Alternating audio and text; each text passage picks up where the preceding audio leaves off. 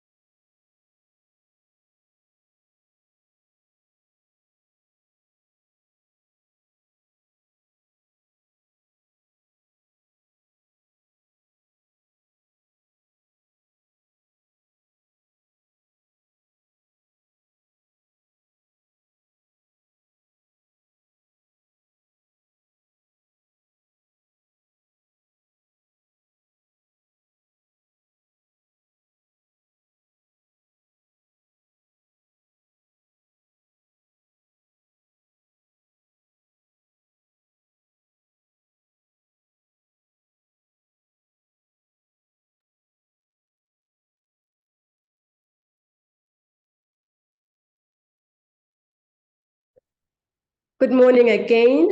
Welcome to our webinar, Tackling the National Health Insurance Bill's Vital Question. Can it defeat corruption risks and achieve universal healthcare for all, including rural communities? I am Pimelo Kas. I'm the Communications Manager at Rural Health Advocacy Project. And today, Rural Health Advocacy Project presents to you a report titled Procurement and Audit Outcomes in South Africa's Health Sector. So the report's overall purpose is to provide an overview of the regulatory and institutional arrangements pertaining the procurement health services in South Africa. This is done with particular focus on rural health and to make recommendations for potential reforms. We have esteemed academics and from health and social and economic fields to dissect the bill's provisions and foster transformative dialogue this morning. We will take questions after all our panelists have spoken, but in the meantime, you can put your comments, your questions in the comment section, and we will have a question and answer at the end of the presentations. And to give us an overview of the report, we have my leader, Mr. Russell Rensburg, and he is a health activist working towards an equitable access to quality health care for rural communities and serves as the current RHAP director. So he has over 15 years of experience working on strengthening health systems, with 8 of those years spending managing technical assistant in the Eastern Africa, as well as South Africa. He has a strong interest in strengthening the responsive public finance allocation process, advocating towards the realization of constitutional enshrined social economic rights. I am really proud to introduce my personal leader, like I said, to give us an overview of the report. Thank you.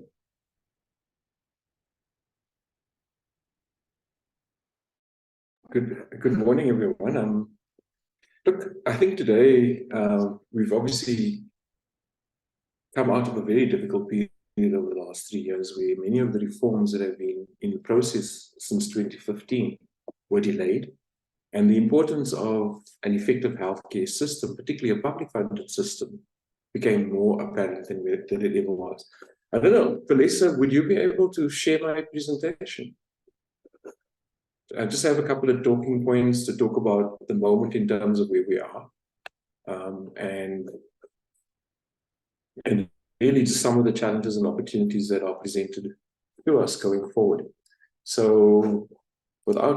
So essentially in South Africa, we are pretty unique in many ways, where Section 27 of the Constitution guarantees everyone the right to access healthcare services and obligates the state to take legislative and other measures to progressively realize this right within available resources. Linked to that, can I have the next slide, please? Or can I have control? Okay, I didn't spell constitution very well. So to sort of give substance to that, the National Health Act sets out the structure of the healthcare system, and it delineates power and responsibility at national, provincial, and district level. It also provides a framework for the funding and the delivery of publicly funded services. Next slide, please.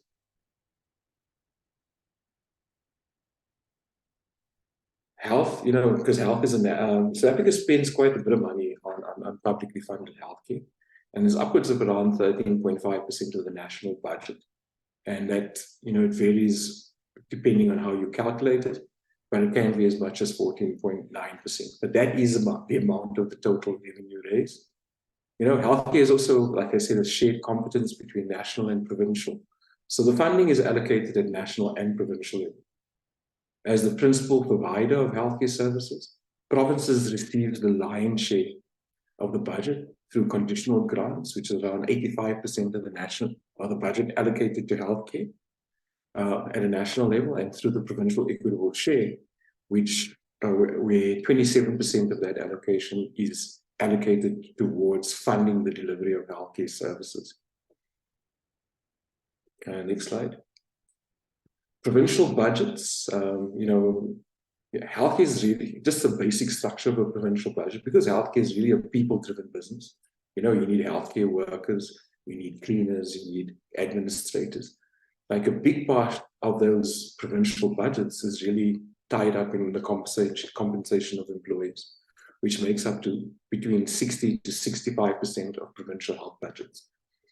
You know, this is probably a very important line item, because as we all know, over the last year, after many, many years of not receiving any adjustments to their remunerations, public sector health workers were able to win a significant increase that unfortunately wasn't budgeted, and is currently creating an environment where provincial budgets are significantly understrained to the total value of around 6 to 8 billion rand, which to date still hasn't been funded or funding allocation. So we're looking forward to the medium-term budget policy statement, where we may get some indication as to how that shortfall will be met.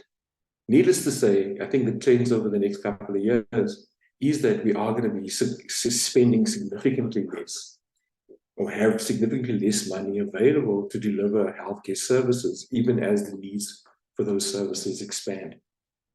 Provinces also spend a fair amount of money procuring goods and services. These can include anything from medicines to food to security services to the purchase of equipment. And over and above that, there's also a fair amount of money that's allocated to capital expenditure, like hospital revitalizations and so forth. But despite us having the right to healthcare, you know, one of the caveats within that constitutional provision is that it is within available resources. Healthcare needs, as we know, are also unlimited, and it's almost impossible to meet every health need. So the delivery or the shape of the healthcare services that are provided is constrained by the available finances that we have available. With finances declining, the importance of good and competent financial management can't be underestimated, right? And in order for us to get the maximum value and value for money on all metrics, we have to make sure that we get the best bang for the buck that we have. And an important part of that is managing the procurement function, given that it makes up so much of that money. So next slide, please. So this is a slide that was presented to us at the recent Presidential Health Summit, right? And I think what you can see here is really just some of the dangerous trends that we have across all budget categories that fund healthcare at the moment, and it's disaggregated by province. And you'll see, obviously, the largest share is still on personnel. And this is despite the significant challenges that we have in the resourcing of facilities through staff shortages and many, many years of underfunding of healthcare services, some dating as far back as 2012. So we're spending a fair amount of the money on cost of employment, but we don't necessarily have the right capacity to be able to meet some of our emerging health needs. You'll also see that in the projections for 2023, 2024, 2024, and so forth over the next 3 years, we actually have a sharp decline in provisions, not just for personnel, but across all budget categories. And you'll see on goods and services, for instance, there's almost like a 5% reduction in real terms of available money before it peaks up again in 2024, 25, and 25, 26, but still a bit lower than what we spent in 2021, 2022. A lot of this could be as a result of COVID-related expenditures going out of the system, But I think the overall trend here is that despite increasing needs, we'll have less money available to spend on the delivery of healthcare service. The next slide, please. Is there a way that you can put it on the presentation mode? So financial management trends, based on the Pillar 6 report prepared by the Southern Centre for Studies in Inequality, and which draws on Auditor General audits and outcomes, don't really give us a very good picture of the state of financial management within the system. I think the lack of compliance with financial management policies, particularly around supply chain management policies, have resulted in a deterioration of several financial management indicators. And we've seen since 2015 an increase in the issuing of audit opinions and qualified audits within health departments. I think 8 out of the 9 provinces all have audit opinions or qualified audits. And a key metric on the compliance around procurement and supply chain policy is the increasing incidence of irregular and wasteful expenditure, amounting to 6 billion in the last financial year. Now, what's interesting about this is not new money or anything like that. It's money that was allocated for particular services, and due to inefficiencies, overpaying, or going into activities that weren't budgeted, that 6 billion was taken out of the money that was available to deliver healthcare services. Now, in this context, we have a number of different policy options that are becoming available to us, right? And one of the things that the current government has been pushing has been the introduction of the National Health Insurance Bill. Now, the National Health Insurance Bill at the moment is obviously very, very contested. Lots of people have different perspectives on it. But when we look at the bill, we're really looking at the different stages of how it will implement. And in some ways, while we don't have the answers, it's to start having conversations of some of the things that aren't explicit within the bill, right? So the current bill creates and establishes the National Insurance Fund. And the National Insurance Fund will be responsible for actively and strategically purchasing healthcare services on behalf of users in accordance with their need. The fund will also be required to transfer funds directly to accredited and contracted central, provincial, regional, specialized and district hospitals based on the global budget of diagnostic-related groups, and then as well as funding care networks under the contracting units for primary care. In the transitional measures, what we probably going to be focusing on, or what the anticipation is that we'll focus on, is firstly in the establishment of the fund. The second thing is the consolidation of national or publicly funded expenditure into the fund, and a change in the way that the funds are, for how facilities are funded, and obviously a change in the role for what provinces will do. Right. So in short, we'll have, every health facility will have their own budget. Every care network or contracting unit for primary care will have its own budget. That contracting unit for primary care will be made up of several new entities. So in the first instance, you could have the district hospital anchor that, and then link to that a number of primary healthcare clinics. And then there's some new entities like this thing called the integrated primary healthcare practice, which would allow for the contracting in of GPs and other healthcare professionals and the like. And I think we haven't really got a clear sense around where we are with that. And I think part of what today's discussion is for us is starting to think about what are the things that we need to change in order, firstly, in the long run, in terms of how we think about policy and the transition to the NHI. And in the second instance, how can we use these learnings to address some of the more immediate challenges that we have? One of the things that the NHI bill contemplates, and I think this is one of the areas where we're hoping that we can get a little bit more detail in the coming months, when the bill's approved, and we can start seeing the operationalization of the National Health Insurance Fund Office. So the bill in Section 38 contemplates the creation of an Office of Health Products Procurement, right? There are a number of uncertainties in relation to the structure, right? So at the moment, it's not really clear what the scope of the office will be, right? And what will it be responsible for?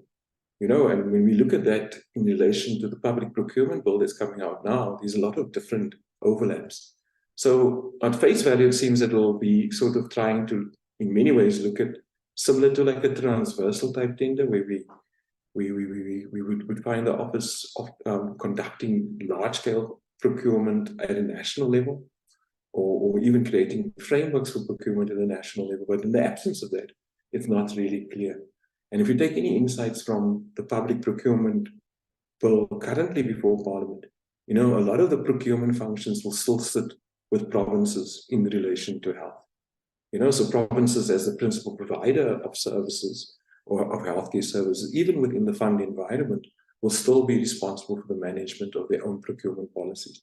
They would still be required to purchase goods and services. They would still be required to invest in the development of their infrastructure. They would still be required to have the kind of governance and compliance to financial management practice. Similarly, the fund as a Section 3A entity will also be subject to the Public Finance Management Act, and by extension, it will have to comply with the policies or the provisions provided within the public procurement bill. So there's a lot of administrative complexity, and it's not really clear to us at this stage of the game whether this will actually improve or create additional complexity in the management of the procurement and supply chain function. Next slide, please. Oh, it's there. So the public procurement bill has been sort of around, first introduced in 2020. I haven't gone into significant detail around it, but I think what it does, one of the things that it does do, it replaces the offices of the chief procurement officer, right? And creates this new regulatory structure that will sit inside National Treasury and then will be replicated at provincial treasuries as well. And it introduces, there are a number of very interesting guidelines that it introduces in the management and the issuing of procurement notices by the state, right? But it still drives over this whole point that entities will still be responsible for their own procurement, but it's not clear, to me at least, how compliance with procurement policies will be audited and how often, or what the different censures would be for people who don't comply with the policy. We've seen that a lot of, especially around emergency procurement, which it bans, managing a procurement function is open to a lot of different kind of pressures. The procurement bill, for instance, creates clear frameworks for public office bearers not to be involved in this process, or their subject matter experts being involved in procurement decisions or profiles. But there's a lot of things that happen in the shadow that you can't explicitly link to the involvement of political principles in administrative processes. So I think this is an area that would probably require a lot more insight from civil society, just in terms of how this particular entity will either complement existing structures, like the Office of Auditor General, and then secondly, in its operationalization, that it is adequately resourced and equipped to be able to deliver on its mandate. So, and probably my last point on this public procurement bill, like in principle, I think I probably agree with everything in it. But with most things in South Africa, it's all really around the implementation. And for me, it's not clear whether it's been sufficiently costed, or I don't really get a clear sense of how it will be operationalized, or whether, because regulatory bodies in themselves often have a significant lag in addressing some of the issues that arise. My next slide and final slide. So I think I want to close with this notion is, South Africa's constitution is really premised on this idea of participatory governance. Because we have this party political system where we vote for a party rather than an individual, we don't really have powers of recalling the people that we send into government.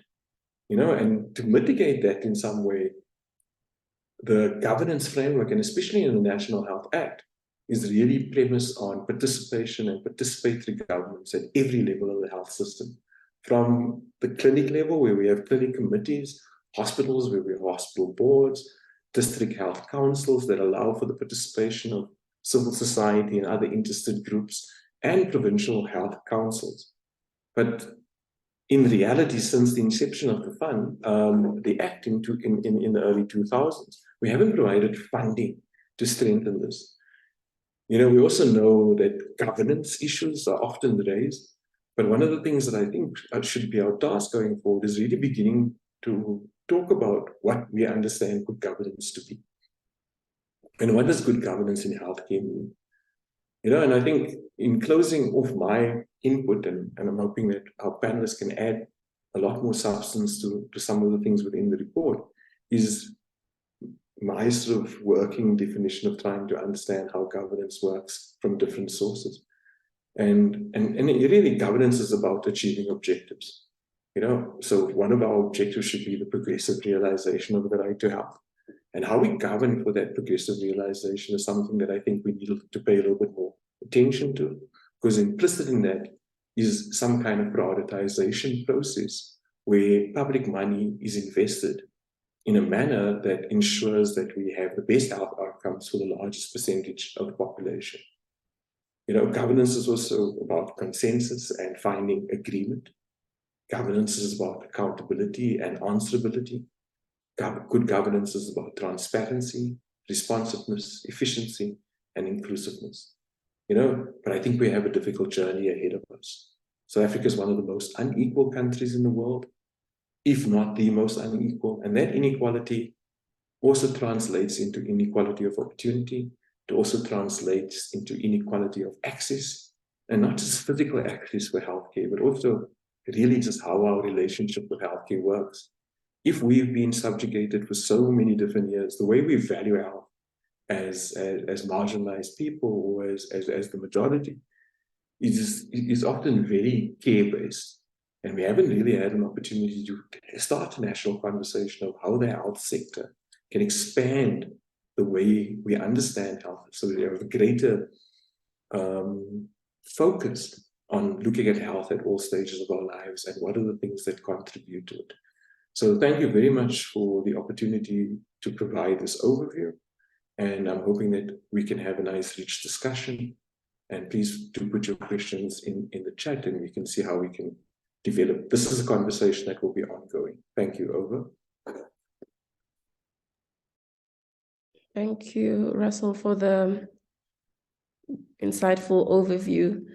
To dissect the report, we have Zuki Sakota, and she is currently a program manager at Public Service Accountability Monitor, which is PSAM, a civil society organization working across 6 countries based in South Africa, actually. She has extensive experience supporting various social and budget justice intervention, including the coordination of a civil society coalition working with South African National Treasury to deepen public participation, transparency, and fiscal accountability. Zukiswa is passionate about promoting social accountability and open governance in Africa, including through the support of a Pan-African learning network such as a Civic Tech Innovation Network. I'm really proud to give the floor to Zuki to hear from her about the report. Thank you. Great. Thanks so much, Pamela, and thanks to the Rural Health Advocacy Project for this invitation. I will time myself, and I've dispensed with a presentation only because fiddling or the PowerPoint does sometimes get much with screen shares and so on. So I hope you can bear with dealing with my face for 10 minutes. So the question, I think, is quite a good one that we're grappling with today. And, it's whether, public procurement or the provisions in the public procurement bill are adequate to mitigate corruption risks. In some respects, it's quite a difficult question to answer. In other respects, quite easy. But broadly, I think that the starting point is that until you sort of really test any legislation or test any regulations by throwing human beings into the equation, you can't really answer that question. However, knowing what we know and seeing what we've seen in the current procurement bill in particular, we do feel that it doesn't go far enough to create the right kind of safeguards to avoid a repeat of the sort of grand scale misuse and misappropriation that we've seen to date. So what I'll hopefully or try to do today is to share some thoughts on submissions that we've made in previous iterations of the procurement bill, as well as on the procurement related aspects of the NHI, which Russell has spoken to quite comprehensively. I also hope to reflect on recommendations that are coming out of this report by the Rural Health Advocacy Project, and to provoke a little bit of reflection around some areas that maybe need further exploration, or areas that I think are perhaps not omissions, but perhaps, further exploration would be the phrase. So just as a start, I think it is really important to re-emphasize this point that public procurement, particularly in South Africa, carries constitutional obligations, and it's recognized as really a means of addressing, apartheid-era discriminatory policies and practices. And I think that is worth coming back to time and again when we talk about procurement, and to really, as a reminder, as social justice activists, why this is such an important area, given its complexities and very technical field. It also constitutes a significant area of service delivery, and as Russell has said, it's an important, health procurement in particular is one of those particularly vulnerable spaces, vulnerable to misuse, vulnerable to corruption. The report does articulate this, and I think it really is a solid report. And one of the things that on a global platform that Transparency International has told us is that governments in low to middle income countries, and this might be changed over the years, but on average spend approximately 50% of public funds on procuring goods and services. And so this is an important discussion. It is an important space and an area of interrogation. So noting that the report was compiled in 2020, much has happened since then, but arguably not enough has happened since then. In the 2023 National Treasury Budget Review, the Minister of Finance in Annex A, which is the report that the Minister tables in response to Portfolio Committee recommendations, articulates that it was envisaged, or was at that time, the bill would be tabled in Parliament. This is now the Procurement Bill in March 2023, following all other legislative processes or the finalization of those. At that time, the bill was undergoing legal vetting by the Office of the Chief State Law Advisor, as well as a socio-economic impact assessment by the Presidency. And the reason I raise this is that I think it would be very valuable for actors like ourselves to really think about engaging something like that socio-economic impact assessment of the procurement bill, and determining its implications and determining its findings.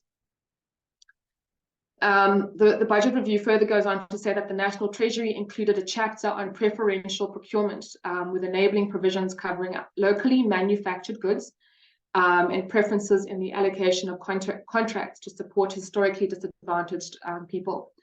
And this is another important element of the procurement bill more broadly. But when we start to talk about health and provisioning, particularly in the provincial space, it's something that does introduce a number of prickly points, as we'll perhaps discuss in our session today.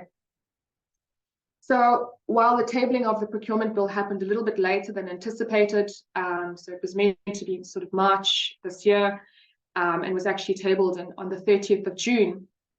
At the moment, it is, it's in Parliament and has also been, there are many civic actors and academics who are engaging with the bill, some of whom are on this call. So on the one hand, some may argue that in its current form, the procurement bill is so flawed as to warrant a return to the drawing board. But others have said, argue that taking the opportunity to fix what's fixable, and to take an iterative approach to reform it's better than nothing. So I tend to stand with the latter group, that actually we should try what we can in this particular moment, and this as an entry point, and particularly when we start to talk about the political context. So to this effect, there are many state and non-state actors who kind of sought to leverage this moment, some in multi-stakeholder groups and others, in civics or civil society groups. And Prof. Quino, who of course was behind this, the RHAP report, is amongst those, I think, who really is an esteemed leader in the space. And there's a lot that we can talk about in terms of interventions and opportunities to kind of to work in solidarity. So there are quickly just 8 areas, notable reflections coming from the report, but also from aspects of the bill that we've identified that I think are worth considering and are worth talking about a bit further.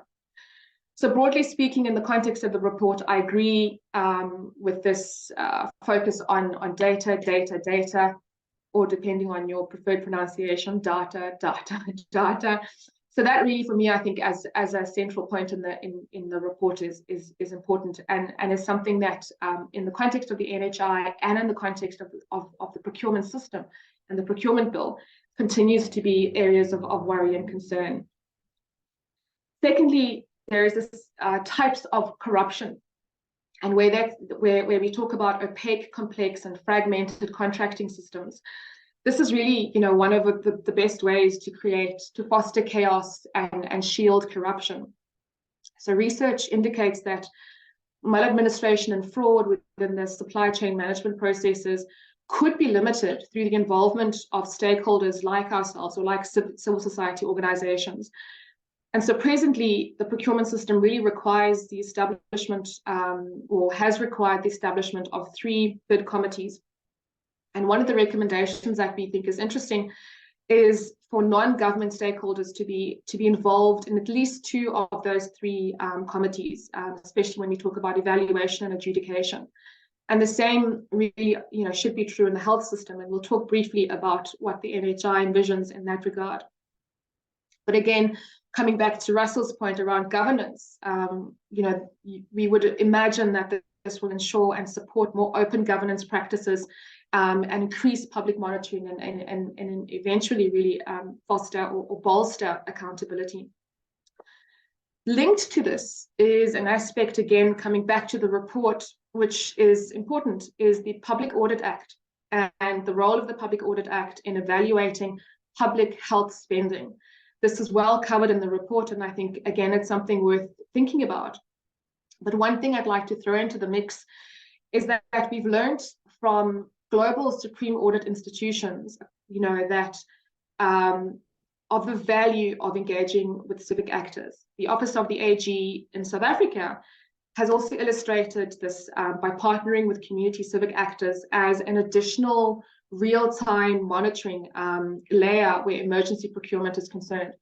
And I think when we start to talk about emergency procurement, when we start to talk about pandemic responses, when we start to talk about that regulatory environment, this is something that I think we've again noted as a massive area of a massive risk area when it comes to procurement.